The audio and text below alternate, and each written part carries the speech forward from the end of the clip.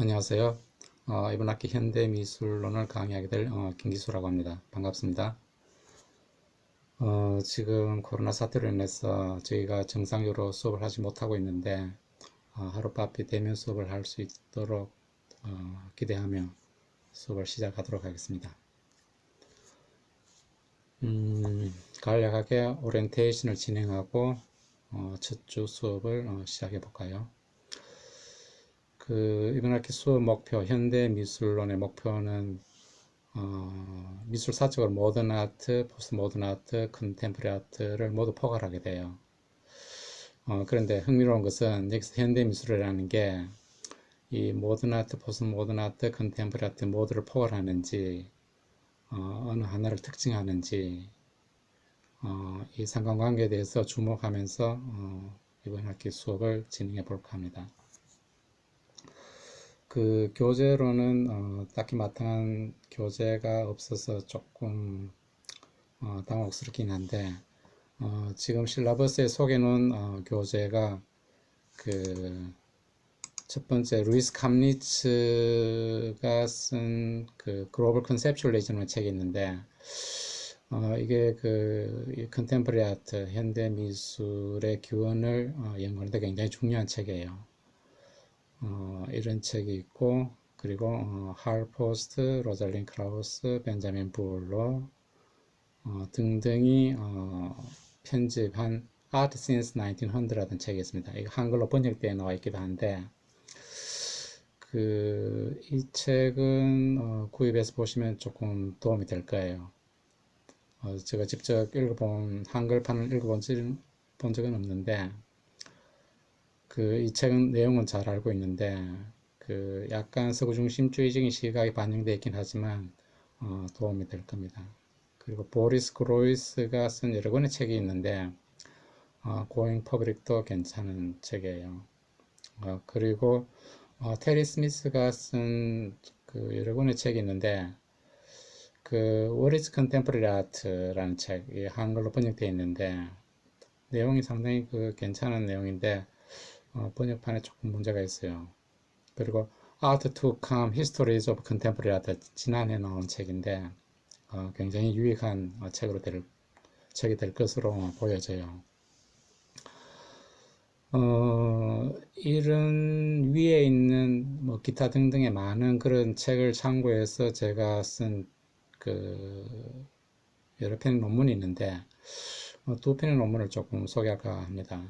첫 번째는 어떻게 컨템포러리 번역할 것인가 2018년도 서양미술사학에서 발표한 논문인데 위에 열거되어 있는 많은 중요한 컨템포러리 이론가들의 최근 연구서를 검토하면서 쓴 논문이기 때문에 꽤 도움이 될 겁니다. 그리고 작년도에 제가 발표한 한국 현대미술의 시대 구분의 재정립의 문제, 컨템포러리 아트 담론의 관점에서라는 논문인데 이 논문은 컨템포러리 아트가 한국 현대미술의 시대 구분이나 양식 구분을 하는데 어떤 하나의 어떤 초석으로서 역할을 할 것인지 그리고 한국의 어떤 현대 미술사가 쓰여진다 그러면 어떻게 쓰여져야 될 것인지 이 컨템포러리 담론의 시각에서 조명한 논문인데 중요한 참고 논문이 될 것 같습니다. 그래서 아마도 제 논문을 통해서 이 컨템포러리 아트의 중요한 이론가들의 논의 내용을 조금 접근해 가는 것도 좋을 것 같네요. 교수법은 기본적으로 강의, 토론, 발표 이렇게 되어 있는데 지금 이 대면 수업이 가능하지 않는 관계로 이 토론이 제대로 이루어지지 않을 것 같아서 이 부분이 가장 사실 염려돼요. 하루빨리 토론 수업을 진행할 수 있으면 그런 기대감을 갖고 차분히 좀 기다려 보도록 그렇게 합시다. 학습 평가는 출석 20%, 중간 발표 40%, 최종 발표 40% 이렇게 되어 있는데 중간 발표와 최종 발표 이 부분에 대해서는 조금 그 여러분들하고 협의를 해가면서 결정하도록 그렇게 하는 게 좋을 것 같아요. 아무래도 조금 대면 수업이 가능해서 충분히 의견을 듣고 여러분들의 관심 사항이나 어떤 그런 걸 좀 파악하고 여러분들한테 유혹한 방식으로 중간 발표나 최종 발표 이런 것들이 이루어졌으면 좋겠습니다. 그리고 이제 그 수업 내용으로 들어가서 이 현대 미술론의 어떤 그 커리큘럼은 19세기 중후반부터 지금까지 미술로 이렇게 되어 있는데 이거 굉장히 중요한 내용이에요. 이번 학기 수업 내용을 세 파트로 나누어서 할 건데 1부는 약 5주에 걸쳐서 모던 아트가 뭔지, 컨템포러리 아트가 뭔지, 이것이 어떻게 미술사적으로 진화되어 있는지 이 부분을 살펴보는 그런 시간을 갖게 되고, 그리고 이 나머지 이제 10주차 수업은 한국의 현대 미술이 도대체 어떤 모습을 띠고 있는지 이 부분을 조금 살펴보려고 해요. 그런데 한국 현대 미술은 한국 근대 미술로부터 연운해 왔다고 볼 수 있으니까. 그런데 한국 근대 미술은 일본으로부터 서양 미술이 이식되어 온 그런 불가피한 역사적 조건을 통해서만 파악이 가능하기 때문에 일본의 근대 미술과 현대 미술이 한국 현대 미술계에 어떻게 이식되어 왔는가 이 부분은 굉장히 중요해요. 한국의 근현대 미술의 모습을 제대로 보기 위해서는. 그래서 이제 2부에서는 약 한 5주에 걸쳐서 일본의 근현대 미술이 이제 한국의 많은 그 선배 미술인들이 어떻게 이것을 한국으로 이식해 왔는지, 물론 이제 일본 미술이 아니고 서양의 일본도 이제 서양 미술을 받아들여서 자기 것으로 해서 그런 것들을 이제 우리가 가서 배우고 그것을 한국에 이식해 온 게 대부분이기 때문에 특히 근대 미술의 경우에는 물론 이제 해방 이후에 현대 미술에 접어들게 되면은 서양으로부터 직수 배운 게 많죠. 하지만 우리의 어떤 이 근대 미술, 현대 미술의 뿌리라고 할 수 있는 근대 미술은 일본의 미술의 영향이 압도적이에요. 그렇게 해서 일본의 근대 미술이 어떤지, 그래서 이제 이 현대 미술이 어떻게 나아가는지 이 관계를 한 5주 정도에 걸쳐서 살펴보는 그런 시간을 갖게 될 겁니다. 굉장히 중요한 거예요. 조금 접하기 힘든 내용일 것 같기도 하고요.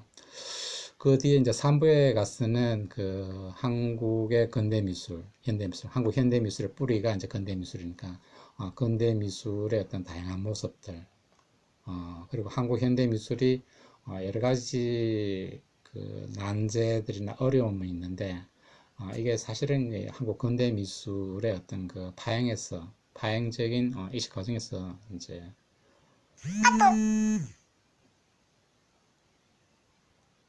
죄송합니다.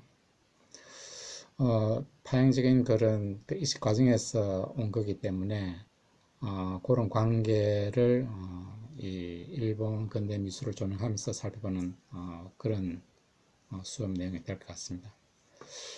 그렇게 이해해 주시고 수업을 진행을 할까 합니다. 그렇다면은 그 첫 번째 수업이니까 약간 이 워밍업 성격으로 미술은 무엇인가 여기서부터 출발해 볼까요? 미술은 무엇인가?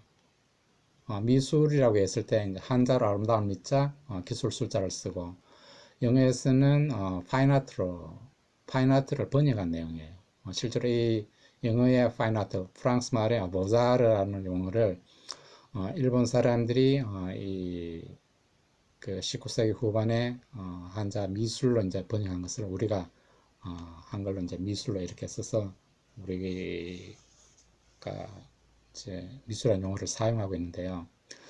문자 그대로 하자면은 미술이라는 것은 아름다움을 추구하는 기술 활동 이렇게 볼 수 있습니다. 이게 이제 파인아트 보자르의 원래 의미예요. 이런 의미를 갖고 있는 용어를 우리는 이제 미술대학에서 연구하고 실천하는 그런 현실을 봐 있는데요. 그렇다면 미술은 무엇인가? 이렇게 이제 학생들한테 물어보게 되면은 굉장히 다양한 이질적인 답변을 내놓게 돼요. 뭐 가장 많은 학생들이 내놓는 게 이제 뭐 표현이다. 특히 이제 뭐 감정의 표현이다. 어떤 이 정서를 표현하는 것이다. 이렇게 하는 친구들이 많고 또 어떤 아름다운 형식을 만들어내는 거, 이 미적 형식을 창조하는 것이다. 이렇게 얘기하는 친구들도 꽤 많이 있겠죠. 그리고 이제 이 외부 세계를 재현하는 것이다. 가장 기본적인 것이죠. 풍경을 그린다든지 인물을 그린다든지 하는 이런 모든 게 이제 외부 세계를 재현하는 거, 모방하는 그런 거. 미술 아주 중요한 기능이죠. 그리고 또 어떤 친구는 뭐 사회를 반영하는 것이다. 이렇게 얘기할 수도 있겠죠. 여러 가지 어떤 그 주변의 어떤 사회상의 모습을 반영하는 그런 미술을 추구하는 작가들도 많으니까요. 또는 뭐 소수는 예술은 사기다. 백남준이 한 얘기인데 트릭이다. 이렇게 얘기하는 친구들도 있고 기타 등등 많은 그 답변이 가능한데 이런 게 뭘 의미할까요? 서로 이질적인 답변, 서로 모순되는 그런 답변이 많이 가능한 이런 것들 모두 포함하고 있는 미술이라 그러면은 이런 게 뭘 의미하는 건지 이것은 미술의 개념이 시대가 변함에 따라 언제나 변화했다는 것을 의미한다고 그렇게 보시면 좋겠습니다. 굉장히 중요한 얘기인데 미술이 어떤 하나로 항구적으로 고정되어 있는 개념이 절대 아니라는 거예요. 미술의 어떤 그 생성 배경도 그 시대의 산물이고 이것이 시대가 변함에 따라 미술의 개념이 계속 변해왔고 지금도 변하고 있고 앞으로도 또 다른 모습을 하고 있을 거라는 그런 과정을 인식하는 게 중요할 것 같습니다.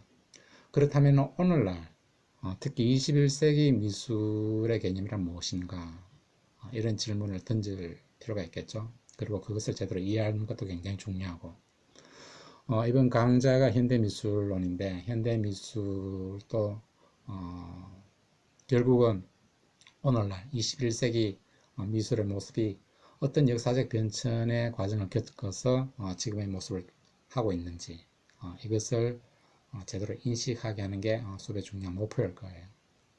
그렇다면은 이 현대미술하고 컨템포리 아트는 어떤 관계가 있는지 이런 질문을 던져볼 필요가 있겠죠. 그렇다면 이번 그 학기의 강좌명이 현대미술이란 무엇인가 간략하게 조금 짚어보고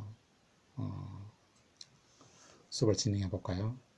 한국에서 현대미술이라는 용어는 영어로 어떻게 번역해야 할까요? 이런 질문을 던지게 되면은 많은 학생들이 모던 아트 또 일부 학생들은 컨템포러리 아트 이렇게 얘기합니다. 다 맞는 말이죠. 왜?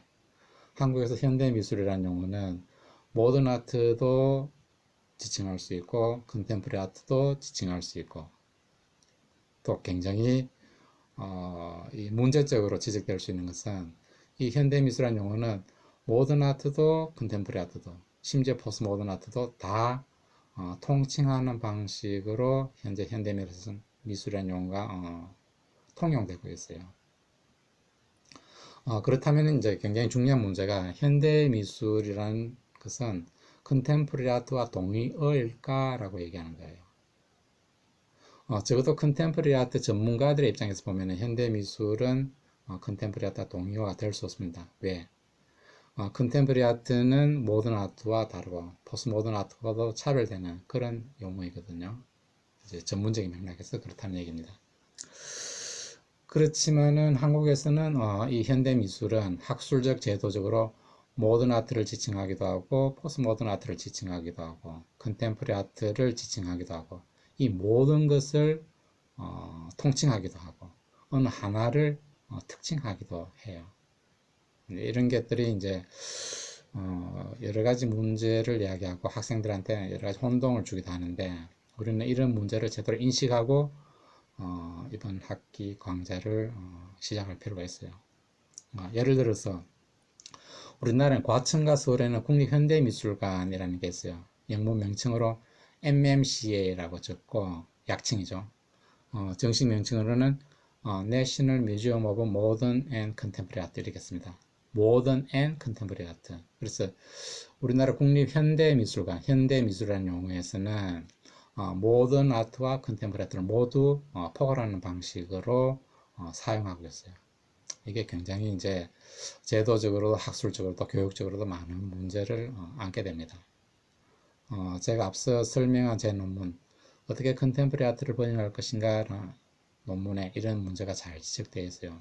이제 아마도 과제에 물러 이런 부분에 대해서 제 논문을 읽고 요약해오는 이런 과제물이 나올 것 같은데 추후 자세하게 소개해 드리도록 하겠습니다. 이렇게 볼 때 이제 현대 미술과 컨템포러리 아트가 동의어가 될 수 없다는 것은 이미 여러분들이 충분히 인지하셨을 거예요. 왜? 적어도 외국에서 모던 아트와 컨템포러리 아트는 미술 사적으로 이 컨템포러리 아트는 모던 아트를 미술 사적으로 대체하는 방식의 어떤 그 양식 개념이거든요. 그리고 미술의 개념도 근본적으로 달라요. 모던 아트와 컨템포러리 아트, 심지어 포스트 모던 아트도 마찬가지고. 그렇기 때문에 우리가 이제 현대 미술이라는 용어가 모던과 포스트 모던, 컨템포러리 아트 모두 포괄하는 방식으로 사용된다 그러면은 결코 컨템포러리 아트와 동의어가 될 수가 없겠죠. 자, 이런 그 관점을 어느 정도 이제 숙지하고 그 미술의 개념이 어떻게 변천해 왔는지 이런 부분에 대해서 좀 더 구체적으로 살펴보도록 해요. 미술이라는 그 용어는 앞서 잠깐 언급했듯이 미와 술의 이제 결합인데 미라고 얘기하는 것은 가치 개념이에요. 가치 개념. 뭐 예를 들어서 진리라든지 도덕이라든지 아름다움이라든지 이런 거는 가치 개념이죠. 술은 하나의 실천 개념이죠. 여기서 술은 이제 기술을 얘기하죠. 기술적인 거. 실천 활동으로서의 어떤 기술을 얘기합니다. 이런 관점에서 이제 사실 이 미술이라는 개념은 서양에서 르네상스 이후에 생겨나는 그런 개념인데 그 연원을 따지자면은 고대 그리스 로마 시대 때에는 이 오늘날 우리가 사용하는 미술에 해당되는 개념은 테크네였어요. 이 테크네라는 개념은 그 로마 시대 때는 라틴어로 아스로 이렇게 불려서 왔습니다. 그래서 고대 그리스 로마 중세 시대 때에는 테크네와 아르스라는 개념을 통해서 미술의 어떤 그 활동 내용을 추적해서 공부해 볼 필요가 있죠. 이렇게 볼 때 이제 고대 그리스 시대 때는 미의 개념은 칼론이었습니다. 히랍 말로 이제 칼론이라고 되는데 이 칼론이 그 중세 시대 때 접어들게 되면 풀크rum 혹은 벨룸, 풀크rum 벨룸은 라틴어입니다. 벨룸으로 변천돼서 사용되었고 이것이 이제 근대 시대로 접어들게 되면은 프랑스 말로는 보, 스페인 말로는 벨로, 영어로는 beautiful, 여러분들이 이해하고 있는 beautiful 이런 용어로 이제 그 어원이 변천되어 왔습니다. 그렇다면 이 미술의 미자의 그 어원에 해당되는 칼로는 어떤 그 의미를 갖고 있었을까? 이거는 미에 대한 정의 방식과 관계 있는데 칼론이란 무엇인가 라고 얘기하는 것은 이 비례 조각 균형으로 그 정의를 내릴 수 있습니다. 이것은 이제 객관적인 미의 정의 방식인데 대상 속에 미의 속성이 갖춰져 있다는 얘기예요. 그래서 어떤 한 인물이 코, 입, 눈의 어떤 그 비례가 혹은 아주 조화스럽게 잘 갖춰져 있다 그러면은 우리는 그것을 아름답다고 얘기했을 때 우리는 이런 것들을 객관적인 미의 정의 방식이라고 이렇게 볼 수 있습니다. 이 고대 그리스 시대 때나 로마 시대 때에는 이런 객관적인 미의 정의 방식이 압도적으로 우세했다는 거예요. 그러니까 객관적인 미의 정의 방식이 지배를 했다는 얘기죠. 물론 소수는 이제 주관적인 미의 정의 방식이 이제 없었던 건 아니에요. 소피스트 철학자들은 주관적인 미를 중요하기도 하는데 이것은 미의 규정 근거가 주관에 있다는 거예요. 주관에 있다는 것은 이제 주관의 어떤 이 감정을 얘기하는데 우리가 흔히 이제 그 사람을 비유를 들어서 조금 죄송하긴 한데 어떤 미인을 얘기를 했을 때 남들이 다 A라는 여성을 아름답다고 이렇게 보지만 나는 B라는 여성이 훨씬 더 아름답다고 내 주관에서 그렇게 판단하는 경우가 많잖아요, 그죠? 그럴 경우에 이제 이런 정의 방식이 이제 주관적인 미의 정의 방식에 해당되는데 나는 다른 사람이 다 A라는 여성을 좋아한다 그래도 나는 B라는 여성이 훨씬 더 내 주관을 봤을 때 아름다움 어떤 그런 감정이 솟아난다고 보는 거예요. 이런 것들이 이제 이 주관적인 미의 정의 방식인데 이런 것도 얼마든지 있을 수 있잖아요, 그죠? 실질적으로 우리 사회에서도 이런 주관적인 미의 정의 방식은 늘 통용되어 왔고요. 그런 관점에서 이제 이 주관의 어떤 이 쾌의 감정이 솟아나느냐 솟아나지 않느냐에 따라서 정의하는 이 주관적인 미의 방식이 있고 다만 이런 것들은 고대 그리스 시대 때는 그렇게 지배적이지 않았다는 얘기예요. 이런 미의 정의, 주관적인 정의 방식은 18세기에 접어들게 되면 이런 그 정의 방식이 아주 지배를 하게 됩니다. 그리고 상대적인 미의 정의 방식도 생각해 볼 수 있는데 객관적인 것과 주관적인 어떤 그 정의 방식이 결합되어서 나는 아름다움을 판단하겠다. 이런 경우에는 그건 상대적인 미의 정의 방식이라고 그렇게 지칭할 수 있습니다. 다시 되돌아가서 이 고대 그리스 시대 때는 칼론이라는 것은 비례, 조화, 균형 등으로 정의되어 왔다는 거예요. 그리고 기술에 해당되는 거, 이건 테크네에 해당되는 건데 이 테크네라는 개념도 역사적으로 계속 변천되어 왔습니다. 로마 시대 때 arts, 그리고 이제 이 근현대 시대 때는 fine art 이렇게 변해왔는데 원래 어원적인 그 내용은 테크네라고 얘기하는 것은 기술과 법칙이 결합된 그런 용어예요. 그래서 규칙이나 법칙에 따라서 어떤 이 기술 활동을 펼치게 될 때 모든 이런 활동을 테크네로 지칭했다는 얘기입니다. 그래서 법칙에 따른 그런 기술 활동을 우리는 테크네라고 지칭했습니다. 그렇게 해서 이제 이런 정의 방식에 따를 때 이 미술이라는 개념은 아름다운 하나의 기술 활동, 아름다움을 추구하는 기술 활동 이렇게 기본적으로 이해할 수 있다는 얘기가 되죠. 그래서 이제 근대 시대에 접어들게 되면 르네상스 이후에 쭉 이제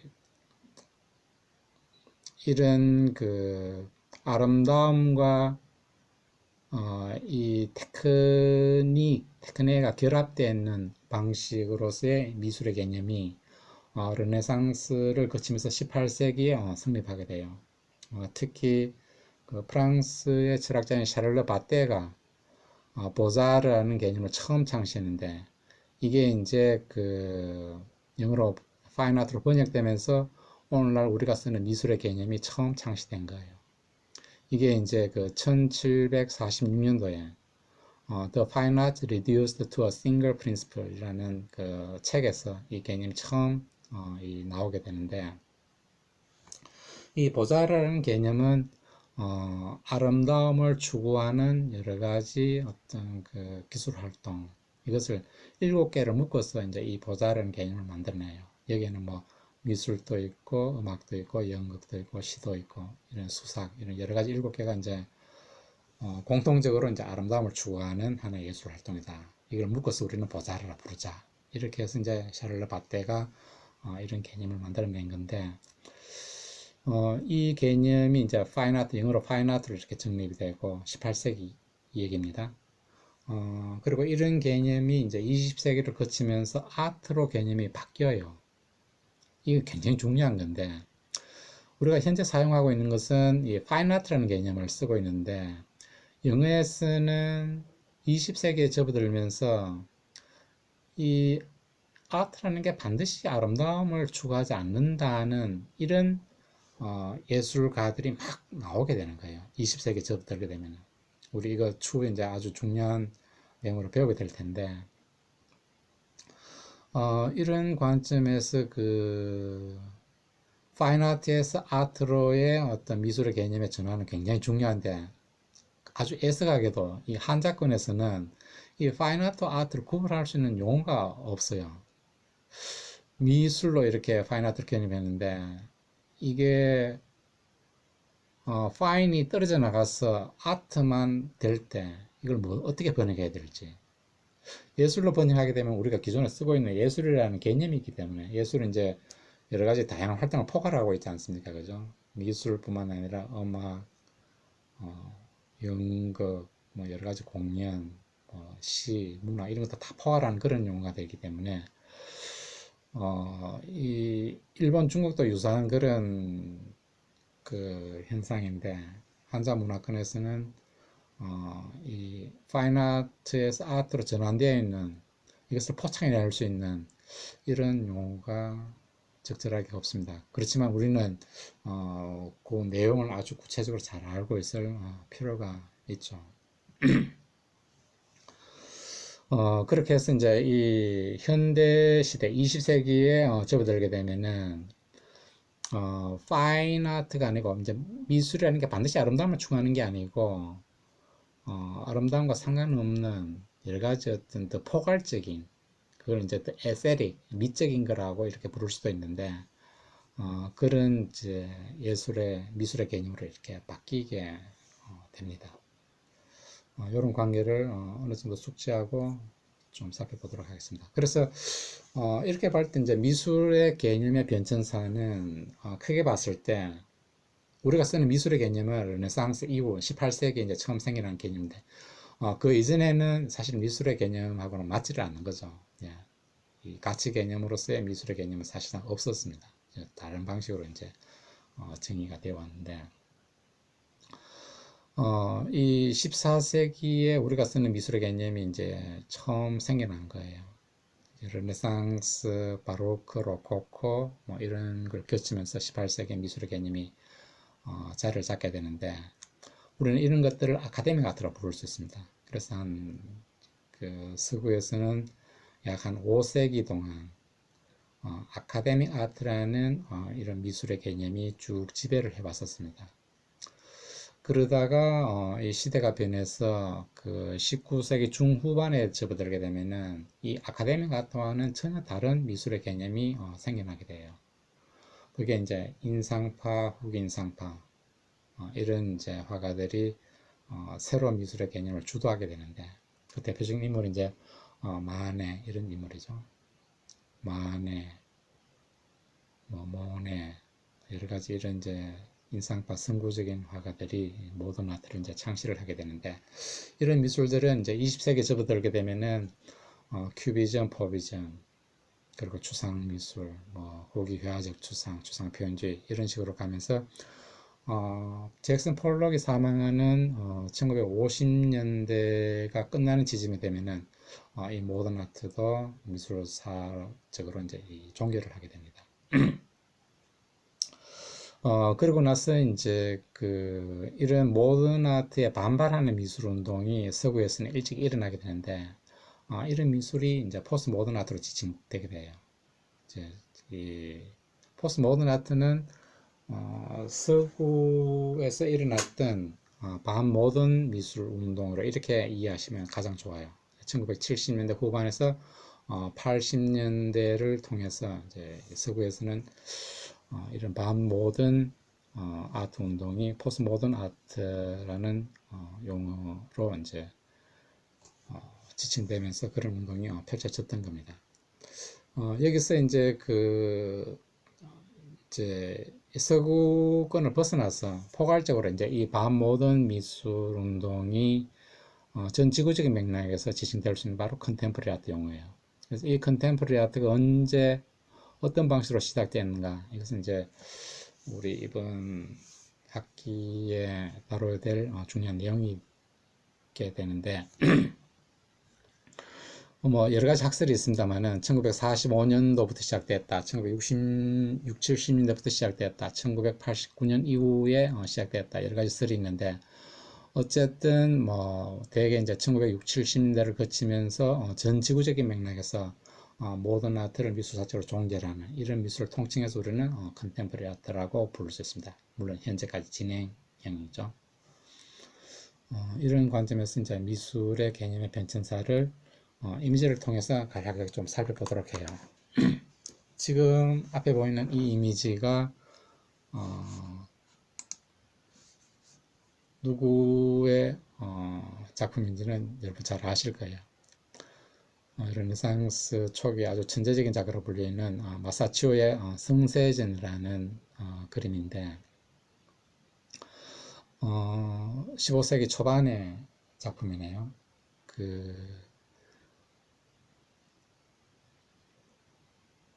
아카데미 같은 아주 전형적인 그런 작품이죠. 흔히 이제 아주 잘 그렸다라는 이런 이제 느낌을 주는 그런 표현인데, 아주 외부 세계에 대한, 물론 성서의 내용이긴 하지만 그 성서의 내용을 하나의 현실색으로 보고 그 현실 세계를 아주 정확하게 묘사해 놓은 그런 작품이라고 볼 수 있습니다. 마치 뭡니까? 실제의 모습을 보는 듯한 그런 착각이 들게 하는 그런 형태의 이미지 창조라고 보시면 되겠습니다. 우리는 이런 미술을 이제 아카데믹 아트라고 얘기를 하는데, 뒤에서 이제 좀 정리된 내용을 살펴보도록 해요. 이것은 이제 핵심은 외부 세계를 어떻게 하면 정확하게 마치 이제 눈으로 포착해낸 듯이, 다른 표현으로 이제 카메라로 찍어낸 듯이 그런 방식으로 이제 외부 세계를 정확하게 이제 묘사해내느냐, 이게 이제 아카데믹 아트의 가장 큰 중요한 덕목이 되겠죠. 이런 미술들은 지금 두 번째 보이는 이미지가 이제 18세기, 19세기 중후반에 장 프랑사 밀레가 한 안젤레스라는 그 작품인데, 약 한 450년간의 어떤 그 기간을 걸쳐서 보더라도 마사치오의 어떤 그림이랑 그 밀레의 그림은 기법적으로 이제 양식적으로 거의 변화가 없습니다. 우리는 이런 미술들을 이제 아카데믹 아트라고 부른다는 얘기예요. 다시 한번 강조하자면은 외부 세계에 대한 정확한 묘사가 이제 핵심적인 그 내용이 되겠죠. 작품 굉장히 아름다운 것도 이제 비례 조각균형 이런 것도 잘 갖춰져 있기 때문에 오늘 작품이 아름답다고 얘기하는데, 그 이런 이제 아카데믹 아트라는 이런 미술의 개념이 르네상스 시대 때에 만들어져서 바로크, 로코코, 신고전주의, 낭만주의, 자연주의 이렇게 한 500년 동안 서구 미술계를 지배해온 미술의 개념으로 그렇게 보시면 됩니다. 이제 이런 그 와중에서 느닷 이런 그림들이 20세기 초반에 들어오면 이런 그림이 나오죠. 이 칸딘스키의 컴포지션 7이라는 그림인데, 20세기 초반에 이런 그림. 이것은 앞선 그림하고 비교해봐도 외부 세계의 제한 대상과 아무런 관계가 없는 그런 미술이죠. 이런 미술을 우리는 모던 아트라고 부릅니다. 이거는 외부 세계와 상관없이 이제 그 새로운 아름다운 형식의 창조가 이제 핵심적인 그 내용이 되는데, 이런 이제 그림들의 이제 미술의 개념이 이제 근본적으로 바뀌었다는 얘기죠. 이런 걸 제대로 이해할 필요가 있고, 이런 미술들은 빠르면은 이제 만해부터 이제 9세기 중후반부터 시작돼서 이미 칸딘스키에 접어들면 완전 추상으로 가서 이게 이제 2차 세계대전 이후 1950년대에 잭슨 폴록의 이런 컨버전스라는 이런 이미지까지 약 한 100년 동안 이 모든 아트가 지배를 하게 됩니다. 이런 미술을 보게 되면은 이거는 외부 세계의 어떤 그 묘사 대상하고는 아무 관계가 없죠. 작가는 캔버스 위에서 어떤 이 물감과 붓을 가지고 전혀 다른 새로운 하나의 어떤 그 색채나 형태, 색면, 관계를 통해서 새로운 형식을, 표현 형식을 창조해낸 그런 미술이 됩니다. 이런 미술이 한 100년 동안 지배를 하다가 이제 1900 6, 70년대를 거치면서 80년대에 접어들게 되면은 이런 미술이 나옵니다. 바바라 크루거의 I Shop Therefore I Am이라는 작품인데 이런 작품이 이제 1980년대 대표적인 하나의 그 포스트 모던 아트라고 볼 수 있어요. 물론 이제 컨템포리 아트에 포함되는 그런 형식으로서 이제 포스트 모던 아트인데 여기서는 그 앞선 미술의 개념, 이 모던 아트의 개념과 근본적으로 완전히 다른 그런 형태의 미술의 개념이 되는 거죠. 여기서는 외부 세계에 대한 모사도 없고, 이거는 실제로 작가가 직접 이걸 만든 것도 아니에요. 이제 I shop therefore I am이라는 요거는 이제 스텐실로 이렇게 찍어서 이거는 직접 이제 주문해서 자기가 직접 한 것도 아니고 스텐실로 이렇게 찍어달라 해서 찍고 작가가 직접 요거를 이제 손에 들고 누구한테 시켜서 사진을 찍은 거죠. 사진을 찍은 거를 이렇게 하나의 어떤 그 광고 형식을 차용해서 기존에 이런 형식이 있었다는 얘기죠. 광고 형식을 차용해서 이걸 만들어서 실제로 이 작품은 거리 공간에 이렇게 광고판에 이렇게 설치되기도 한 그런 작품이에요. 전혀 다른 이런 미술의 개념이 그 오늘날은 전혀 이제 또 다른 형태의 작품이 출연하기도 합니다.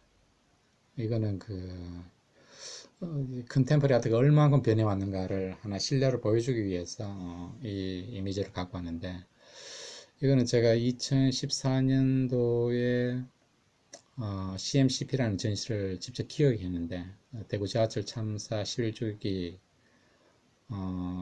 추모 기획전으로서 이제 제가 기획한 건데 간략하게 조금 설명해 드리자면 미술의 개념을 어떻게 얼마만큼 이렇게 급진적으로 변해왔는가를 설명하기 위해서 제가 이 이미지를 들고 온 거예요. 이것은 그 2014년도에 여기 김규라, 박송이라는 이 두 사람의 그 작가가 만들어낸 작품인데 대구 지하철 참사가 그 중앙로역에서 이제 2003년입니까? 그때 이제 아주 대구의 가장 그 아픈 그런 상처가 되는 하나의 시대적인 그 사건인데 192명이 지하철 참사로 사망한 그런 사건이죠. 그리고 10년 정도가 지난 시점에서 우리 내리에 완전히 잊혀져 갖고 그 유족들은 그 시 당국하고 여러 가지 이제 그 문제로 다툼이 있는 그런 상황이었어요. 그래서 이제 그 작가들이 그 사망한 그 유족들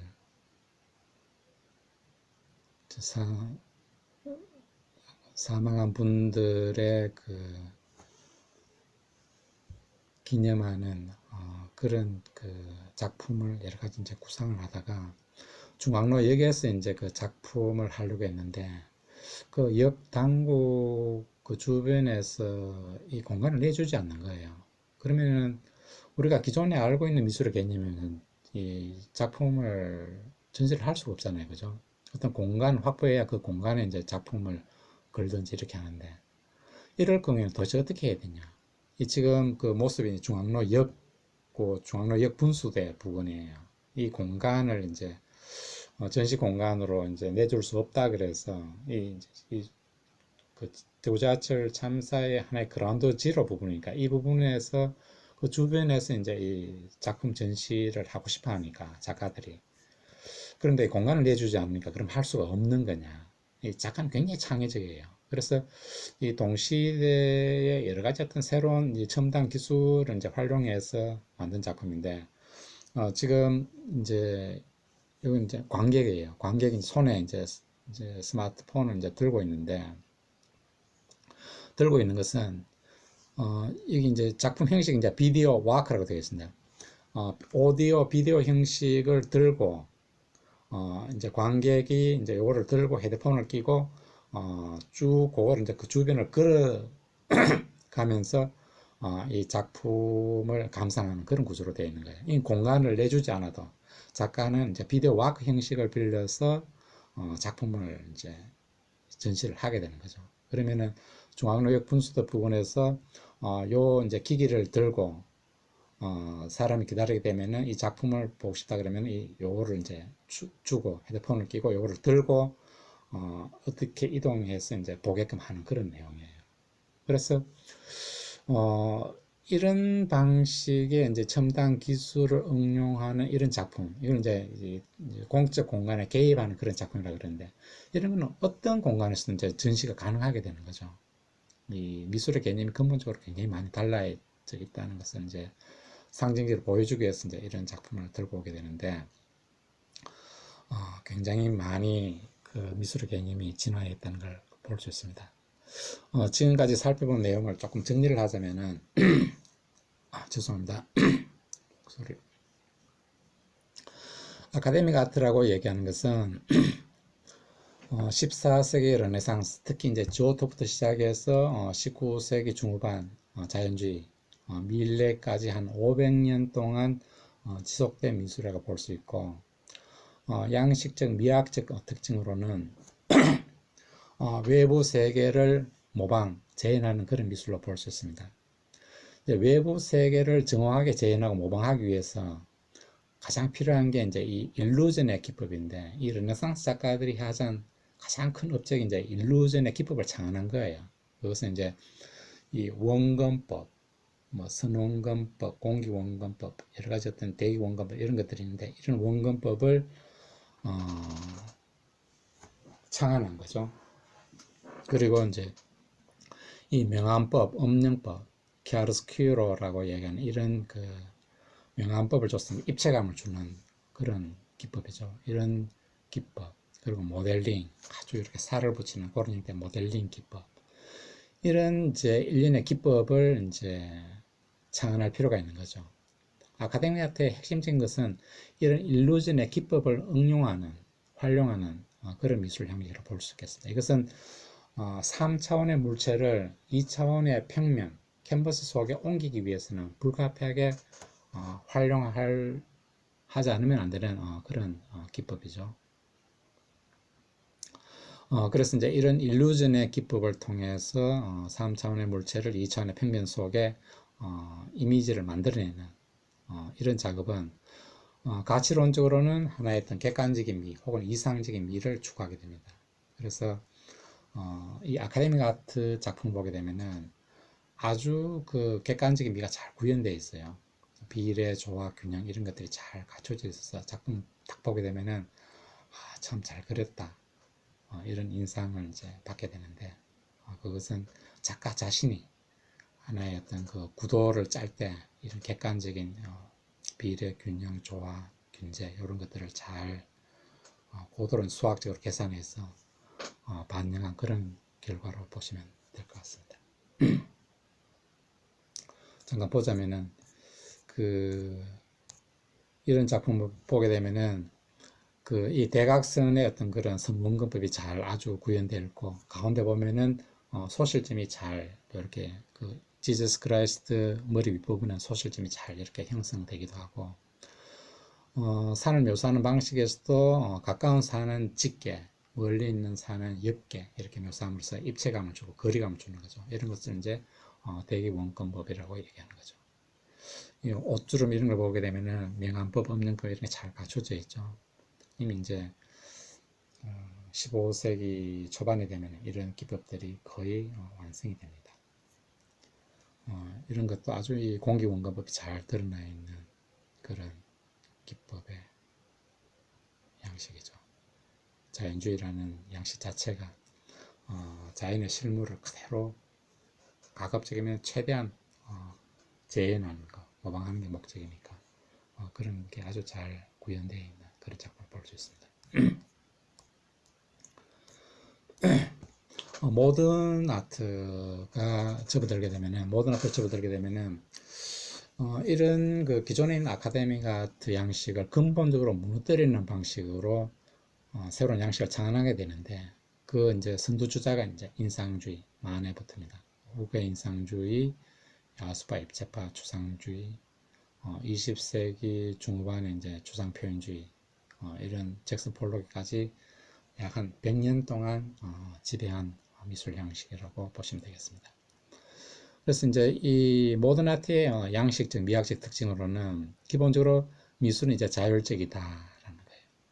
미술 외부 세계에 의존되어 있는 게 아니라 미술은 우리의 어떤 그 외부의 삶, 사회와 분리되어 있어. 미술은 미술 그 자체로서의 하나의 어떤 매적 논리를 갖고 구현되어 있다는 그런 내용입니다. 그래서 이제 이런 미술을 우리는 미술의 자율성이라고 했을 때 미술은 자율적이다. 외부 세계는 상관없이 미술은 자기 논리를 갖고 새로운 형식을 만들어내는 것이다 라고 그렇게 이해를 하시면 됩니다. 그래서 모던 아트는 기본적으로 형식주의 미술입니다.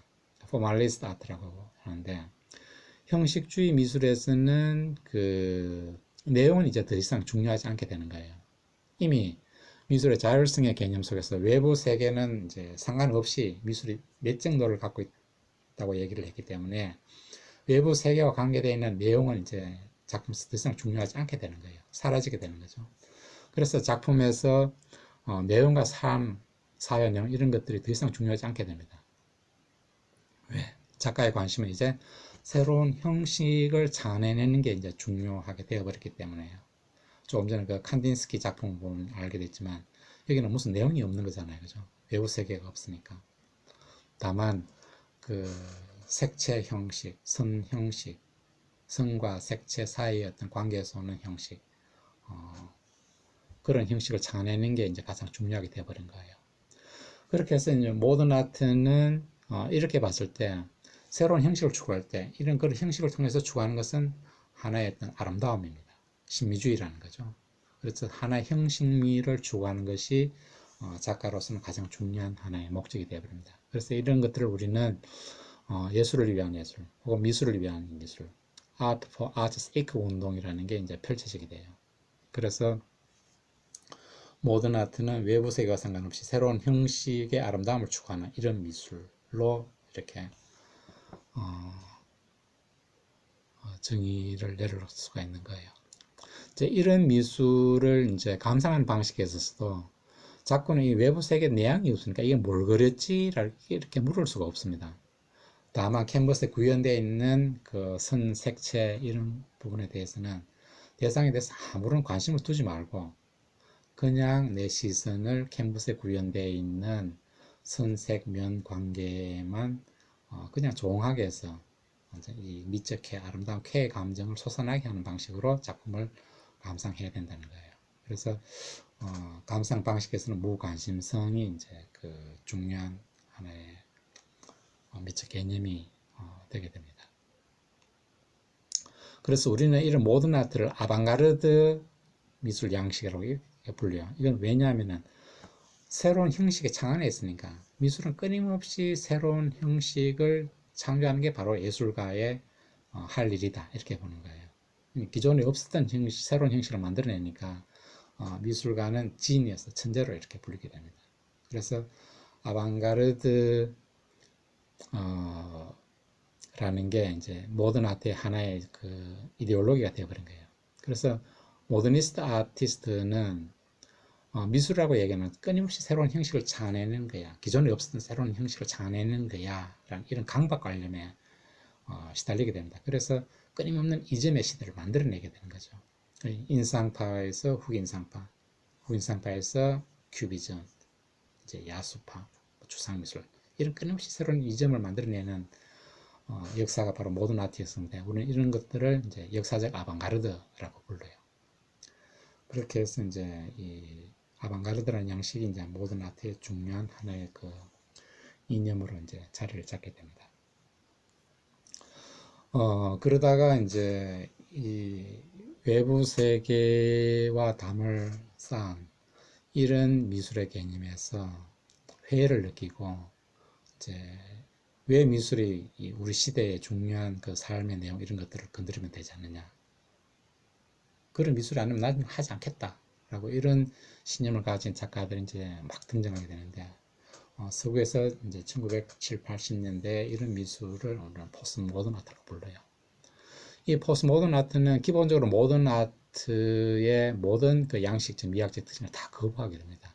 그래서 모던 아트의 자율주의를 거부하는 거죠. 이 미술은 다시 이제 우리의 삶, 사회와 긴밀히 연결되는 다시 내용을 갖게 되는 그런 미술로 전환하게 됩니다. 그래서 모던 아트는 형식주의를 거부하고 내용을 다시 강조하게 되는 거죠. 그래서 우리의 삶, 사회, 시대상을 다시 이제 다루는 그런 내용으로 이제 미술 개념으로 전환하게 됩니다. 그래서 당연히 모던 아트의 신미주의를 거부를 하게 되죠. 이제 동시대의 사회적, 정치적, 문화적인 주제를 다루는 방향으로 선회하게 됩니다. 그래서 포스트 모던 아트가 주로 다루는 그런 주제는 페미니즘, 여성주의, 인종주의, 상업주의, 여러 가지 어떤 이런 문제를 다루게 됩니다. 이렇게 됐을 때 이제 포스트 모던 아티스트들은 모던 아트 아방가르드 굳이 필요가 없죠. 미술가 천재라는 개념도 거부를 하고 저자의 죽음이라는 개념에 의해서 작가는 작품 배우로 이제 서서히 이제 물러나게 됩니다. 중요한 건 작가가 아니라 작품이라고 얘기하는 거죠. 작품이고 이제 독자가 중요하게, 관객이 중요하게 된다는 얘기입니다. 그래서 이제 기본적으로 이 포스트 모던 아트는 컨템포리 아트의 한 갈래로 그렇게 이해를 하시는 게 좋을 것 같습니다. 그래서 이제 이 컨템포리 아트는 그 시기적으로는 1945년 이후에 동유럽에서 일찍이 시작되었다라고 보는 학설이 있어요. 이것은 이제 동유럽에서는 일찍이 사회주의 리얼리즘 양식으로 모더니즘을 거부했기 때문에 이미 이 동유럽에서는 45년도 이후 예, 그 자기 어떤 양식에서 동시대의 여러 가지 어떤 그 이념을 다루었기 때문에 동유럽에서는 45년도 이후 컨템포러리 이미 시작됐다는 이런 그 학설이 있습니다. 피터 오스본이 이런 걸 주장하고 있는데 나름대로 설득력은 있어요. 그리고 이제 이 동유럽을 벗어난 지역에서는 1960, 70년대에 접어들게 되면은 서구랑 일본, 남미, 저는 한국도 포함될 수 있다고 보는데 이런 반모던 아트 운동이 광범위하게 벌어지게 돼요. 그래서 서구, 일본, 남미, 뭐 굳이 포함하지만 한국도 1970년대 접어들게 되면은 반모던 아트를 전개하면서 컨템포러리 아트 운동을 시작했다는 그런 중요한 점. 두